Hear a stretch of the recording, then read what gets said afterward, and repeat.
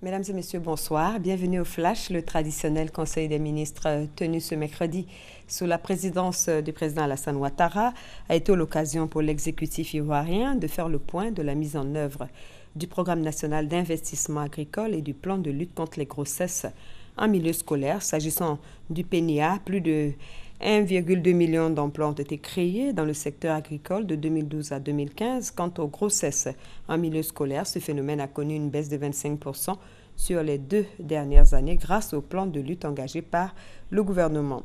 Le gouvernement a également adopté un projet de loi portant nouveau régime juridique de la presse. Nous vous proposons un extrait.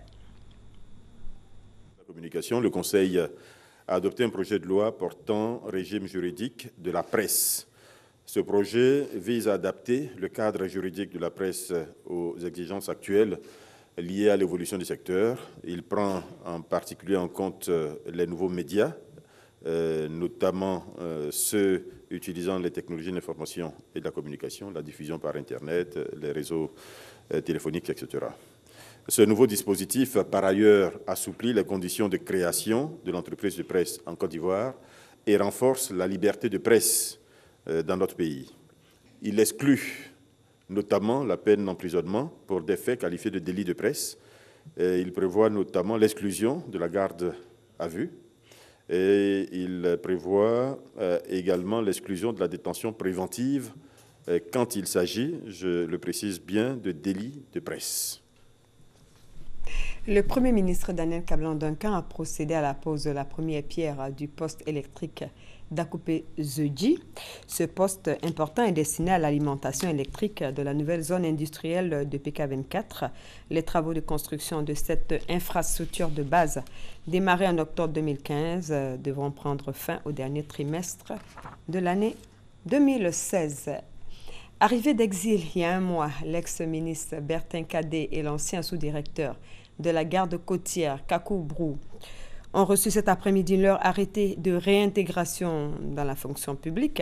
Ils pourront donc reprendre fonction dès demain, ont souligné les ministres Mariatou Koné et Pascal Abina.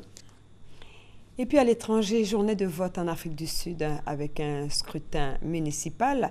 Ces élections prennent des allures de test politique pour l'ANC, le parti au pouvoir, et pour le second mandat du président Jacob Zuma. À Joubert Park, où l'on se trouve, l'un des plus grands bureaux de vote du pays est en plein cœur du quartier populaire d'Hillbrow. À très forte majorité noire, les électeurs font la queue depuis l'aube. Et pour l'instant, tout semble aller plutôt bien, comme au niveau national. C'est ce qu'on entend à Johannesburg et c'est un grand désir de changement. Et puis après la destitution de Habib Ezip le week-end dernier, le président tunisien Beyi Caïd Essebsi a chargé mercredi le ministre des Affaires locales, Youssef Chaeb, de former un gouvernement d'union nationale. Il a désormais 30 jours pour cela. Youssef Chaeb a déclaré à la presse au palais présidentiel de Carthage que ses priorités seront la lutte contre le terrorisme et la corruption. Et puis les Jeux olympiques de Rio 2016 débute le vendredi 6 août et la Côte d'Ivoire sera dignement représentée. Une délégation d'une 50aine de personnes, dont 11 athlètes dans 6 disciplines. Un budget de 642 millions de francs a été déboursé par l'État pour soutenir la participation de la Côte d'Ivoire. La délégation ivoirienne, accompagnée par le ministre de tutelle François Amicha, s'envole pour le Brésil aujourd'hui même. Mais avant cela, le ministre a animé une conférence de presse hier mardi à son cabinet. Et puis, deuxième manche de Ozo Vacances, les tout-petits sont à la fête. Avec 1124 points, les tafitiers de Taféré sont qualifiés pour les demi-finales de Ozo Vacances.